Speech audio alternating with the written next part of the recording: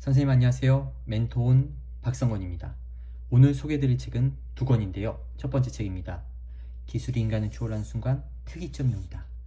약 20년 전에 쓰여진 레이 커즈와일의 저서를 소개해드리고요. 이어서 올해 20년 만에 다시 나온 따끈따끈한 신간 마침내 특이점이 시작된다를 같이 한번 살펴보겠습니다. 이 두 권의 책이 20년의 시간을 뛰어넘어 선생님들께 미래를, 우리 아이들의 진로를 설계하는 데 작은아마 도움이 되기를 바라는 마음으로 준비했습니다. 두 책의 머릿말 프롤로그 생각하기를 읽어보도록 하겠습니다. 프롤로그 생각의 힘. 읽는 과정에서 틀리는 내용이 있더라도 다시 읽도록 하겠습니다. 많은 이해를 부탁드리겠습니다. 프롤로그 생각의 힘. 이 세상의 어느 누구도 발명가가 자신의 지적 창조물이 성공하는 볼 때 느끼는 전율보다 더 큰 전율을 느끼지는 못할 것이다. 니콜라 테슬라 1896년 교류 발명가. 5살이 되던 해 나는 발명가가 되겠다는 꿈을 세웠다. 나는 발명가가 세상을 바꿀 수 있다고 생각했다. 레이 커즈와일 저자님께서 하시는 프롤로그 말씀입니다. 다른 아이들이 커서 무엇이 될까 이리저리 궁리하고 있을 때 나는 이미 장차 무엇을 할지 알았음을 뿌듯했다. 부럽네요. 당시 내가 만들고 있던 달 로켓은 실패했지만 8살이 되던 해에 나의 발명은 기계장치로 무대와 배우들을 움직일 수 있는 로봇 극장이나 가상 야구 게임과 같이 조금 더 현실적인 꼴을 갖췄다. 유대인 대학사에서 살아남은 예술가인 나의 부모님은 내가 좀 더 세속적이고 편협하지 않은 종교적 교육을 받기 원했다. 그 결과 내 영혼의 교육은 유니테리언 교회에서 이루어졌다. 우리는 6개월간 한 종교를 연구하고 다른 종교로 넘어갔다. 주제는 진리로 가는 여러 갈래의 길. 진로? 이었다. 물론 종교 간에 첨예하게 모순되는 부분도 있지만 세계의 종교적 전통 사이에는 많은 유사성이 있다는 것을 나는 알게 되었다. 기본적인 진실은 외관상의 모순을 초월할 만큼 충분히 심오하다는 것도 깨닫게 되었다. 8살에 읽었던 톰 스위프트 주니어 시리즈 전체 33권의 플롯은 항상 같았다. 주인공 톰이 힘든 상황에 처하게 되는데 그의 친구들의 운명, 심지어 인류 전체 운명이 경각에 달린 상황이다. 톰은 지하 실험실로 들어가 문제를 해결 방법을 생각한다. 톰과 친구들이 어떤 재치나 아이디어를 생각해내서 공지를 벗어날까 하는 게 이야기의 긴장 요소다. 교훈은 간단했다. 우리는 올바른 생각을 통해 불가항력의 난제로 보이는 것까지 극복할 수 있다는 것이다. 오늘날까지 나는 이 기본적인 철학을 확신하고 있다. 어떠한 공경에 처하더라도 그것을 극복할 수 있는 아이디어가 있기 마련이고 또 우리는 그 아이디어를 찾아낼 수 있다는 것이다. 그리고 일단 찾아내면 그것을 수행해야 한다. 내 삶은 이 원칙에 가까이 발전해왔다. 생각의 힘 그 자체가 하나의 훌륭한 생각이다. 내가 톰 스위프트 주니어 시리즈를 읽던 무렵 옛날에 어머니와 함께 유로에서 탈출했던 할아버지는 저는 처음 다시 유로에 방문했다가 두 가지 중요한 경험을 하고 돌아오셨다. 하나는 그가 1938년에 피난하게 만들었던 사람들인 독일인과 오스트리아인들에게 써받은 친절한 대접이었다. 또 다른 하나는 레오나르도 다빈치의 필사 원고를 손으로 직접 만져볼 수 있었던 것이다. 두 가지 얘기가 모두 나에게 영향을 미쳤지만 후자는 더 강렬하게 기억에 남는다. 할아버지는 마치 신의 작품을 만져본 것처럼 외경심을 가지고 이야기해 주었다. 당시에는 이것이 나를 기른 종교였다. 인간의 창조력과 생각의 힘에 대한 숭배 말이다.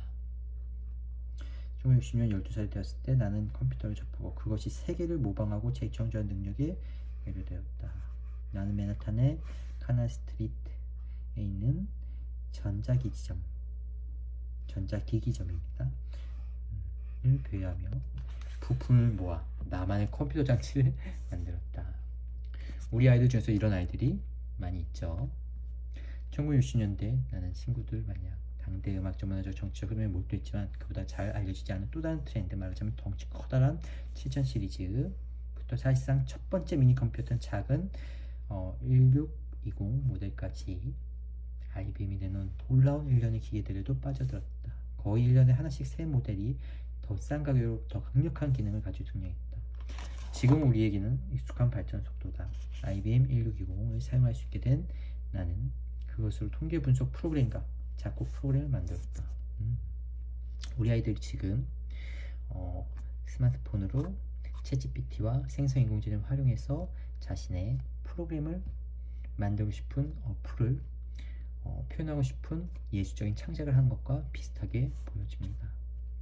나는 1968년에 당시 뉴잉글랜드에서 가장 강력한 컴퓨터였던 최신 IBM 360 모델 91을 안전하게 보관하고 있던 굴속 같은 방에 출입 허가를 얻어 들어갔던 때를 지금도 기억한다. 이 컴퓨터는 100만 바이트의 자기 코어 메모리와 초당 100만 개의 명령을 처리할 수 있는 속도를 가지고 있었는데도 임대료는 1시간에 $1000밖에 하지 않았다. 나는 고등학생들을 지원대학에 매칭시키는 컴퓨터 프로그래밍 그리고 기계가 각 학생의 지원서를 처리하는 동안 프론트 패널 불빛이 특유한 패턴을 반짝이는 것을 매국적으로 바라보다. 나는 프로그램의 코드 한 줄을 잘 알고 있었지만 그럼에도 불구하고 각 사이클의 결과를 처리하면서 몇 초간 불빛이 깜빡일 때 마치 컴퓨터 깊은 생각에 잠겨있는 것처럼 느꼈다. 실제 이 컴퓨터는 우리가 10시간 걸려도 부정확하게 처리할 일을 10초 만에 아무런 오류를 처리할 수 있습니다. 속도가 조금 괜찮으실 것 같은데 어차피 프롤로그니까 이 정도 속도로 읽어드리도록 하겠습니다. 1970년대 발명가로서 나는 미래의 기술과 시장의 힘이라는 측면에서 의미가 있는 발명을 해야 한다는 것을 깨닫게 되었다. 발명이 실제 소개될 세상은 처음 발명이 만들어진 세상과는 전혀 다를 것이기 때문이다. 나는 서로 다른 기술들, 전자공학, 통신, 컴퓨터 저장장치, 메모리, 자기저장장치 등의 발전에 관한 모델과 이러한 변화들이 시장 및 사회에 미치는 영향에 관한 모델을 개발했다. 나는 대부분의 발명이 실패하는 이유는 연구개발 부서가 해결책을 만들어내지 못해서가 아니라 시기가 잘못되었기 때문이라는 것을 깨달았다. 발명은 파도 타기와 비슷하다. 물결을 정확히 예측하고 잡아낼 수 있어야 한다. 여러 기술 도약과 그 의미에 대한 내 관심은 1980년대에 시작되었다. 나는 내 모델들을 이용해 2000년, 2010년, 2016년 그리고 그 이후에 등장한 미래 기술과 혁신을 추정하고 예측했다. 미래학자라고 할 수 있죠. 이를 통해 미래의 가능성을 이용할 발명품을 상상하고 설계함으로써 미래도 통할 만한 발명들을 할 수 있었다. 1980년대 중후반에는 첫 책인 지적 기계 시대를 썼다. 이 책에는 1900년대와 1990년대와 2000년대에 대한 광범위한 상당히 정확한 예측이 포함되어 있었다. 책의 마지막 부분에서 나는 21세기 전반에 인간 지능과 구별되지 않는 수준의 기계 지능이 등장할 것이 전부다. 이것은 매우 압도적인 결론이었고 나도 그토록 현격한 변화 너머를 더 예측하기는 힘들다고 느꼈다. 지난 20년간 나는 세상을 변화시키는 생각의 힘 자체도 가속적으로 발전한다는 사실을 깨달았다. 이렇게 말하면 사람들이 보통 쉽게 동의한다. 하지만 이 사실이 의미하는 바를 완전히 이해한 사람은 많지 않다. 수십 년 안에 우리는 생각의 힘으로 오래된 문제들을 정복할 것이고 그것을 밀면 새로운 문제들을 끌어들일 것이다. 1990년대에 나는 모든 정보 관련 기술에 뚜렷한 가속에 강한 경험적 데이터를 수집하고 이러한 관찰에 기초해서 수학적 모델을 다듬었다. 나는 수학 가속의 법칙이라고 칭한 이론을 정립했다. 굉장히 유명한 이론입니다. 좀 더 알아볼까요? 그쵸. 수학 체감의 법칙에 빗대어 저자 만든 용어로 정보 기술의 수학은 가속적으로 성장하다는 법칙. 맞습니다. 기술과 진화 과정이 기하급수적으로 발전한 이유를 설명한 이론이다. 1998년에 쓴 영적 기계의 시대에서는 기계와 인간 인식의 경계가 흐려진 이후 출현할 인간의 본질을 명확히 하려고 했다. 나는 우리의 생물학적 유산과 생물학을 초월한 미래가 밀접하게 협력할 때가 온다고 보았다. 영적 기계 시대 출간 이후에 나는 우리 문명의 미래와 우주에서 우리의 위치에 대해 생각하기 시작했다. 우리를 훨씬 능가하는 지능을 가진 미래 문명을 상상하기는 쉽지 않지만 마음속의 현실의 모델을 만드는 능력 덕분에 우리는 인간이 창조할 비생물학적 지능과 인간의 생물학적 사고가 융합된다는 것이 어떤 의미일지 합리적으로 통찰해 볼 수 있다. 이것이 바로 이 책에서 하고 싶은 이야기이다. 우리가 우리 자신의 지능을 이해할 수 있으며 말하자면 스스로의 소스 코드에 접근해서 나아가 수정하고 확장할 수 있다는 생각을 전제하는 이야기이다. 혹자는 인간의 사고를 활용해서 인간의 사고를 이해한다는 것에 의문 제기하기도 한다. 인공지능 연구자 더글러스 호프슈테터는 인간의 뇌가 스스로를 이해할 만한 능력이 없다는 것은 그저 어쩔 수 없는 운명이다. 범속한 기린을 생각해보라. 기린의 뇌가 자기 이해에 필요한 수준 이해하라는 것은 분명하다. 그런데 인간의 뇌는 기린의 뇌와 그다지 다르지 않은 것이다 라고 이야기한다. 그러나 우리는 이미 우리 뇌의 일부를 모델링하는데 성공했고 모델의 복잡성을 빠른 속도로 증가하고 있다. 책에서 자세히 설명이 될 주체인 인간의 뇌 역 분석 분야에서 이루어진 발전을 보면 우리가 뇌 역 분석 분야에서 이루어진 발전을 보면 우리가 스스로의 지능을 이해하고 모델링하고 확장한 능력을 가지고 있다는 것은 틀림없어 보인다. 이것이 바로 인간만이 가진 독특한 면이다. 우리의 지능은 무한한 창조력의 세계로 현재의 능력을 끌어올리기에 적합한 필요한 임계점을 충분히 넘어서 있다. 우리는 또 맞잡을 수 있는 조작기관 엄지를 갖고 있어서 얼마든지 세계를 우리의 의지대로 주무를 수 있다. 톰 스위프트 주니어를 읽은 무렵 나는 미술에도 열심히 했다. 관객들이 현실에서 명백하게 불가능한 변화를 경험하여 즐거워하는 모습이 내게도 좋았다. 그러나 10대 나는 미술이 아니라 마술이다. 마술 대신 기술 프로젝트에 열광하게 되었다. 기술은 단순한 속임수와는 달리 비밀이 밝혀진 후에도 그 초월적인 힘을 잃지 않는다는 것을 알게 되었다. 나는 요즘도 종종 충분히 발달한 기술은 마법과 구분되지 않는다는 이른바 아서 클라크의 세 번째 법칙을 떠올린다.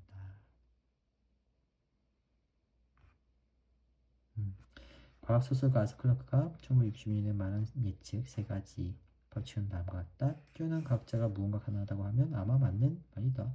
그가 무언가 불가능하다고 하면 아마 틀린 말이다. 두 번째, 가능성의 한계를 알아보는 유일한 방법, 한계를 넘어 불가능을 추구하는 것밖에 없다. 세 번째, 충분히 발달한 기술은 마법과 구분되지 않는다. 조인 롤링의 해리포터 이야기를 이런 견제 생각해보자. 소설은 가상의 세계를 보여주지만 앞으로 길어봐야 수십 년 후에는 실제로 존재할 세계이기 때문에 터무니없는 공상이라고 할 수만은 없다. 포터의 모든 마법은 내가 책에서 소개할 기술들을 통해 끊임없이 실현된 것이다. 거짓 직경기, 사람이나 물건을 다른 모습으로 바꾸는 일은 완전한 가상의 실 환경뿐 아니라 실제 환경에서도 나누기 장치를 통해서 실현 가능하다. 시간을 거꾸로 돌리는 문제는 훨씬 의심스럽지만 현재 몇 가지 진지한 제안들이 나오고 있다. 최소한 몇 비트의 정보 정도는 시간 여행을 시킬 수 있을지도 모르는데 결국 인간이란 정보 이상 아무것도 아니다. 해리는 알맞은 주문을 위해서 그의 마법을 풀어놓는다. 물론 적절한 주문을 알고 조회하는 것은 간단한 일이 아니다. 해리와 친구들은 순수와 전차와 강세를 정확하게 해야 한다. 기술과 관련된 우리의 경험도 마찬가지다. 우리가 쓰는 주문은 현대 마법의 기저를 이루는 공식들과 알고리즘들이다. 우리는 이들을 이용해서 컴퓨터가 책을 소리내어 읽고 사람의 말을 이해하고 심장마비를 예측하거나 예방하고 주식시장에서 자신의 흐름을 예측하게 할 수 있다. 주문이 조금이라도 틀어지면 마법은 크게 약해지거나 전 효과를 발휘하지 못하게 된다. 호그와트의 주문들은 너무 간단해서 현재 소프트웨어 프로그램의 코드와 비교할 만한 정보를 담고 있을 리 없다며 이 같은 의미의 이의를 제기할 수도 있다. 그러나 현대 기술의 본질적인 방법론은 일반적으로 그 주문들만큼이나 간결하다. 소프트웨어의 작동 원칙이 발전을 거듭한 덕에 이제는 서너 페이지 정도의 공식을 작성한 금세 음성 인식이 가능할 정도다. 하나의 공식의 작은 변경을 가는 것만으로 기능이 크게 향상되곤 한다. 생물학적 진화가 이뤄낸 발명들도 그랬다. 예를 들어 침팬지와 사람의 유전적 차이는 불과 몇십만 바이트의 정보에 불과하다. 침팬지도 약간의 지적 재주에 필요한 능력을 갖추고는 있지만 유전자의 차이 때문에 우리 인간은 기술이라는 마법을 창조할 충분한 힘을 가지게 된 것이다. 뮤리엘 르카이저는 세계는 원자가 아니라 이야기로 이루어져 있다고 말한다. 7장에서 나는 내 입장을 패턴주의자라 규정할 것이다. 정보의 패턴이야말로 근본적인 현실이라고 믿는 사람들이란 뜻이다. 가령 내 뇌와 몸을 구성하는 입자들은 수주 안에 교체되지만 이들이 만들어낸 패턴에는 연속성이 있다. 이야기는 정보의 의미 있는 패턴이라 할 수 있다. 우리는 뮤리엘 러카이저의 경고를 이러한 견지에서 해석할 수 있다. 그리하여 이 책은 인간, 기계 문명에 관한 이야기자 특이점이라 부르는 문명에 관한 이야기가 된다. 이렇게 프롤로그 생각의 힘을 토대로 시작한 약 20년 전의 책 특이점이 온다는 인공지능의 출현과 그로 인해서 변화하게 될 우리 사회에 대한 미래를 예측하였고요. 선생님들 너무나도 많이 잘 알고 계신 책이라고 생각합니다. 이 책이 나온 지 20년이 되는 올해 새로운 책, 마침내 특이점이 시작된다. 레이 커즈와일이 지으신 책이 출간되었습니다. 역시 마찬가지로 머릿말을 읽어보도록 하겠습니다. 네. 2015년에 번역되었고요. 이 정도 두께, 특이점보다는 이 정도 두께로 두께 차이가 꽤 납니다. 선생님들께 이 책을 읽으시면 당연히 좋지만요. 두 개의 책을 같이 읽으면 너무나 좋지만 최근에 나온 이 책을 꼭 읽어봐 주시기를 추천드립니다. 재미있습니다. 그리고 선생님들의 생각을 확장시키시는데 작은 도움이 될 것이라고 생각합니다.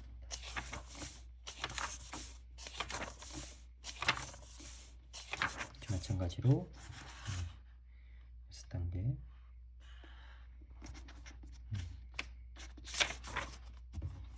이렇게 8장까지 나와 있고요. 머릿말 정독해 보도록 하겠습니다. 2005년에 출간된 특이점이 온다에서 나는 수렴적이고 기하급수적으로 발전하는 기술 추세 때문에 앞으로 인류에게 완전히 변혁적인 전환이 일어날 것이라는 이론을 제시했다. 가속적 발전이 동시에 계속 일어나는 핵심 분야 몇 개 있다. 컴퓨터 파워, 비용은 갈수록 저렴해지고 있고 인간의 생물학에 대한 비밀이 더 많이 밝혀지고 있으며 공학적 조작이 점점 더 작은 규모에서 일어나고 있다.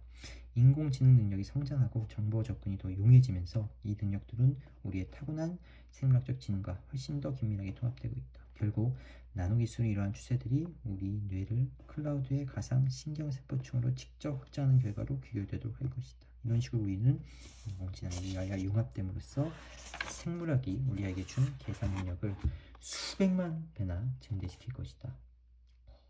그 결과로 우리의 지능과 의식은 상상할 수 없을 만큼 크게 확대될 것이다. 이 사건이 바로 내가 말하는 특이점이다. 특이점은 수학의 특이점과 물리학의 특이점에서 빌려온 용어이다. 하지만 나는 이 용어를 은유로 사용한다는 점을 분명히 하고자 한다. 기술적 특이점에 대한 내 예측은 변화 속도가 실제로 무한대에 이를 것이라고 말하진 않는데 기하급수적 성장이 무한대나 물리적 특이점을 의미하진 않기 때문이다. 블랙홀은 빛조차도 탈출할 수 없을 만큼 강한 중력을 갖고 있지만 양자역학은 무한대의 질량을 설명할 수 있는 방법이 전혀 없다. 내가 특이점, 은유를 사용한 것은 현재 우리 지능 수준으로는 그토록 급진적인 변화를 이해할 수 없는 현실을 잘 표현하기 때문이다. 하지만 그러한 전환이 일어나는 동안 우리의 인지 능력도 그에 적응할 만큼 충분히 빨리 강화될 것이다. 특이점이 온다 해서 자세 설명했듯이 장기적 추세가 가리키는 특이점 시점은 2024년, 2045년 무렵이다. 이 책이 출간되던 시점에서는 그때까지 40년, 두 세대에 해당하는 남아있었다. 그 정도 거리를 두고서 나는 이 변화를 가져올 다양한 힘을 예측했지만 당시 대다수 독자는 2005년의 일상 현실과 비교적 거리가 먼 주제라고 느껴질 것이다. 그리고 많은 비평가는 내가 제시한 시간표가 너무 낙관적이라고 주장하여 심지어 특이점 자체가 불가능하다고 주장했다. 하지만 그 이후에 놀라운 일이 벌어졌다. 의심하는 자들이 비웃듯이 발전이 계속 가속적으로 일어났다. 소셜미디어와 스마트폰은 사실상 존재하지 않던 상태에서 나타나 전 세계 대다수 사람을 연결하고 많은 사람에게 온종일 함께 보내는 동반자가 되었다. 알고리즘의 혁신과 빅데이터의 출현으로 AI는 전문가들의 예상보다 훨씬 더 빠르게 놀라운 성과를 이루고 있다.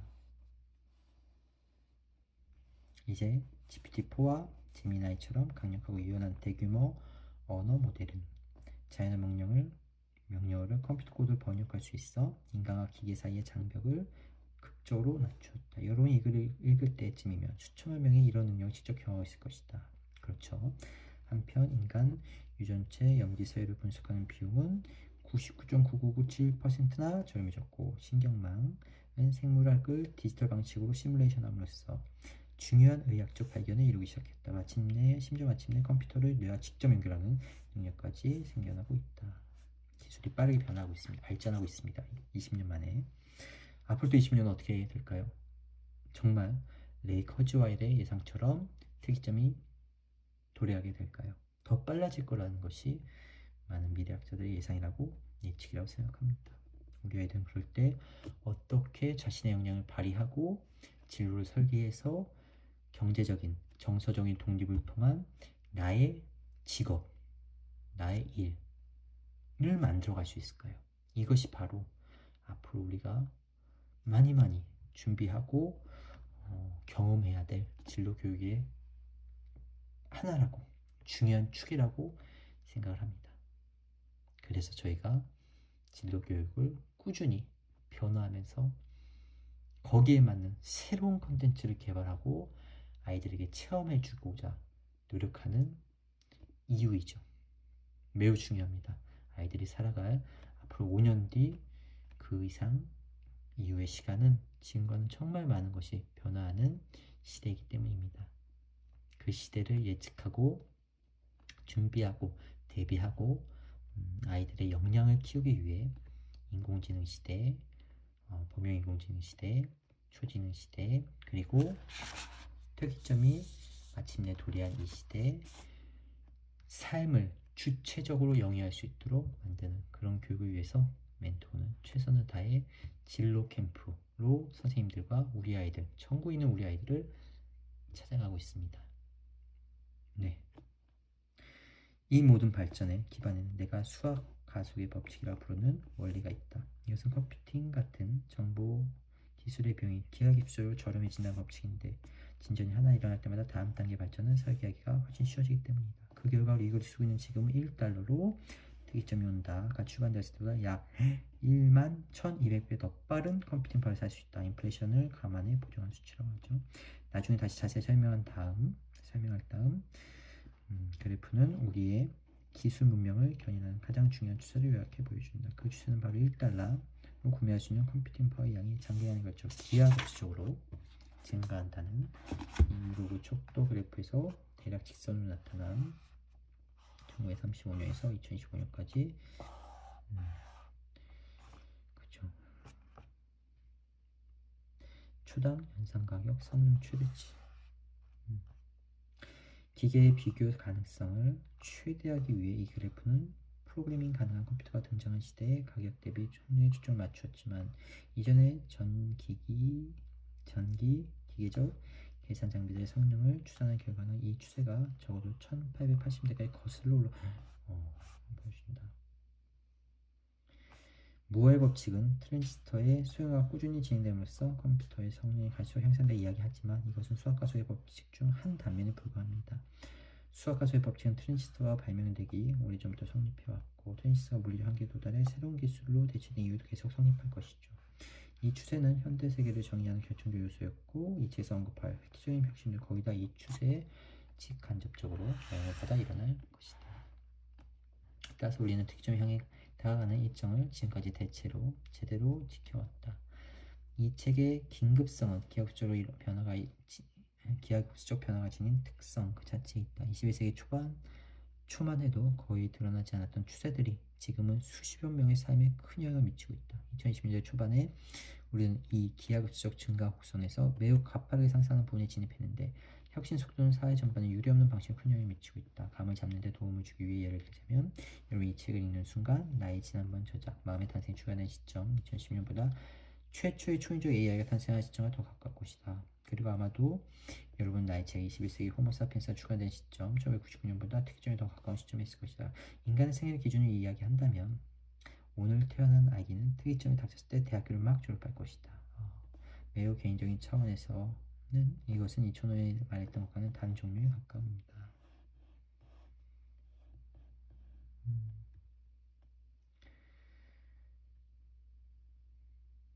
내가 이 책을 쓴 이유는 바로 이것이다. 수천 년 동안 특이점을 향해 뚜벅뚜벅 걸어온 인류의 대장정은 이제 전력지 주관에 이르렀다. 특이점이 온다 머릿말에서 나는 우리가 이 전의 초기 단계에 이르고 있다고 말했다. 이제 우리는 그 정점에 진입하고 있다. 그 책이 먼 지평선을 언뜻 보여주는 것이었다면 이 책은 그곳에 도달하는 마지막 수킬로미터 구간을 보여준다. 다행히도 이제 우리는 그 길을 훨씬 더 분명히 볼 수 있다. 특이점에 도달하기 전에 해결해야 할 기술적 난관이 많이 남아있긴 하지만 그 핵심 선행 과제들이 이론과학 영역에서 활발한 연구 개발 영역으로 빠르게 옮겨가고 있다. 10년을 보내어 우리는 사람과 똑같아 보이는 AI와 상호작용할 것이고 단순한 뇌 컴퓨터 인터페이스가 현재 스마트폰처럼 일상생활에 영향을 미칠 것이다. 생명과학 분야의 디지털 혁명은 질병의 치료뿐만 아니라 사람의 건강 수명을 유의미하게 연장시킬 것이다. 그와 동시에 많은 노동자는 경제적 혼란에 고통을 느낄 테고 모든 사람이 이 새로운 능력에 우발적이거나 의도적인 위험에 노출될 것이다. 2030년대에는 자율 성장형 인공지능 AI와 나노기술의 발전은 인간과 기계가 유례없는 수준으로 결합되고 그와 동시에 기대와 위험이 더 크게 부각될 것이다. 만약 이러한 발전이 제기하는 과학적, 윤리적, 사회적, 정치적 도전 과제에 우리가 잘 대응한다면 2045년 무렵에 지구에서 삶은 훨씬 더 나은 쪽으로 변할 것이다. 반대로 실패한다면 우리의 생존 자체가 위험에 처할 수 있다. 따라서 이 책은 특이점에 대한 우리의 최종적인 접근법을 다룬다. 즉 우리가 알고 있는 세계의 마지막 세대로서 우리가 함께 맞닥뜨려야 할 기회와 위험을 다룬다.